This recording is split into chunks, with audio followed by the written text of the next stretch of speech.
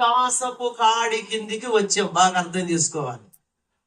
పాపం అనే దాసత్వంలో బంధింపబడిన మనల్ని, పాపానికి బానిసలైన మనల్ని విడిపించి ప్రేమ అనే దాసత్వం కిందకి తీసుకొని వచ్చాడు యేసుక్రీస్తు వారు. దీన్ని అర్థం చేసుకోవాలి. ఒకసారి గలతీయులకు రాసిన పత్రిక 5వ అధ్యాయము ప్రారంభ వచనం చదువుకుందాం. గలతీయులకు రాసిన పత్రిక 5వ అధ్యాయము ప్రారంభ వచనం. ఈ స్వాతంత్రం అనుగ్రహించి క్రీస్తు మనలను స్వతంత్రులుగా చేసి ఉన్నాడు. కాబట్టి మీరు స్థిరముగా నిలిచి మరల దాస్యమనే కాడి కిందికి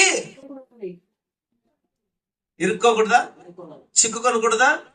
దాస్యమనే కాడి కిందికి వెళ్ళొద్దు అన్నాడు. అవునా? ఏ కాడి కిందికి వెళ్ళకూడదంట? దాస్యమనే కాడి. ఏ దాస్యమనే కాడి చెప్పాలి. దాస్యమనే కాడి కిందికి చిక్కుకొనుకుడి అన్నాడు. మరి ఇప్పుడు దాసుడు అవ్వాలంటున్నాడు ఆయన. దాసులు అవ్వాలి. ఓ మాట చెప్తాను, ఇది అలాగే ఉంచుకోండి, మీకు కన్ఫ్యూజ్ కాకుండా ఇంకొక మాట చెప్తాను నేను. రోమిలకు రాసిన పత్రిక 14వ అధ్యాయము 18వ వచనం. రోమిలకు రాసిన పత్రిక 14వ అధ్యాయము 18వ వచనం తీసారా? ఈ విషయమందు క్రీస్తునకు దాసులైన వారు దేవునికి ఇష్టులై మనుషుల దృష్టికి యోగ్యుడనై ఉంటాడు అంటాడు. ఎలా ఉంటాడంట? క్రీస్తునకు దాసుడైన వాడు దేవునికి ఇష్టుడు, మనుషులకు యోగ్యుడు అన్నాడు. అంటే యేసు ప్రభుకి ఇప్పుడు ఏమవ్వాలంట? ఏమవ్వాలి? దాసులు. యేసు ప్రభుకి దాసులు అన్నాడు. మరి పేతురు గారు, పౌలు గారు ఏమన్నారు గలతీలో? మీరు దాస్యమనే కాడి కిందకి ఇరుక్కొనొకడి, చిక్కుకొనొకడి అన్నాడు.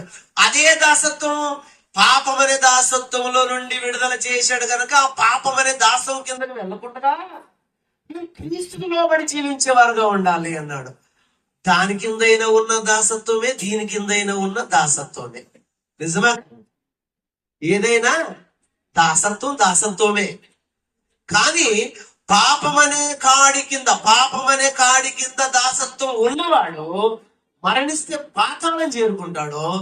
క్రీస్తుకి దాసుడైన వాడు పరలోకాన్ని చేరుకుంటాడు. తేడా కనిపెట్టుకోవాలి మనం.